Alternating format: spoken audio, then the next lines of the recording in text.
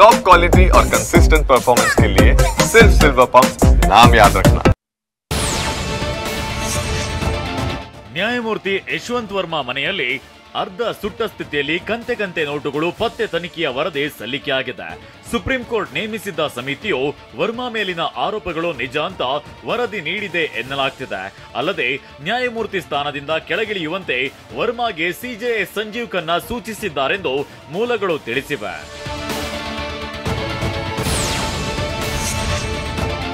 Supreme court ನ್ಯಾಯಮೂರ್ತಿಗಳು ತಮ್ಮ ಚರಾಸ್ತಿ ಮತ್ತು ಸ್ಥಿರಾಸ್ತಿಗಳನ್ನ ಸೋಮವಾರ ಬಹಿರಂಗಪಡಿಸಿದ್ದಾರೆ.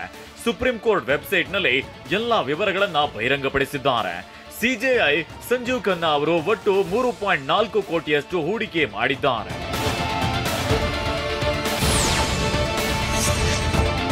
ತೆಲಂಗಾಣದ ಮೇಡ್ಚಲ್ ಜಿಲ್ಲೆ ಜವಾಹರ್ ನಗರದ ಡಂಪಿಂಗ್ ಯಾರ್ಡ್ನಲ್ಲಿ ಅನಾಹುತ ಸಂಭವಿಸಿದೆ. ವಿದ್ಯುತ್ ಯೋಜನೆಯ 2ನೇ ಹಂತದ ಚಿಮಣಿಯಲ್ಲಿ ಆಕಸ್ಮಿಕವಾಗಿ ಲಿಫ್ಟ್ ಮುರಿದು ಬಿದ್ದಿದೆ. ದುರಂತದಲ್ಲಿ ಲಿಫ್ಟ್ನಲ್ಲಿ ಕೆಲಸ ಮಾಡುತ್ತಿದ್ದ 3 ಕಾರ್ಮಿಕರು ಉಸಿರು ಚೆಲ್ಲಿದ್ದಾರೆ. ಉತ್ತರ ಪ್ರದೇಶ ಮೂಲದ ಸುರೇಶ್, ಪ್ರಕಾಶ್, ಅಮಿತ್ ರಾಯ್ ಮೃತ ದುರ್ದೈವಿಗಳಾಗಿದ್ದಾರೆ.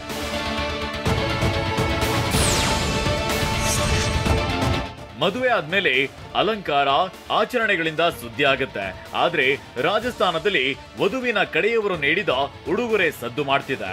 ವಿವಾಹ ಪೂರ್ವ ಸಮಾರಂಭದ ವೇಳೆ ವಧುವಿನ ಕಡೆಯವರು 21 ಕೋಟಿ ರೂಪಾಯಿ ಮೌಲ್ಯದ ಉಡುಗೊರೆಯನ್ನ ನೀಡಿದ್ದಾರೆ. ವಿಡಿಯೋ ಸೋಷಿಯಲ್ ಮೀಡಿಯಾದಲ್ಲಿ ವೈರಲ್ ಆಗಿದೆ. 1.51 ಕೋಟಿ ನಗದು, ಪೆಟ್ರೋಲ್ ಪಂಪ್, ಭೂಮಿಯನ್ನ ದಾನವಾಗಿ ನೀಡಿದ್ದಾರೆ.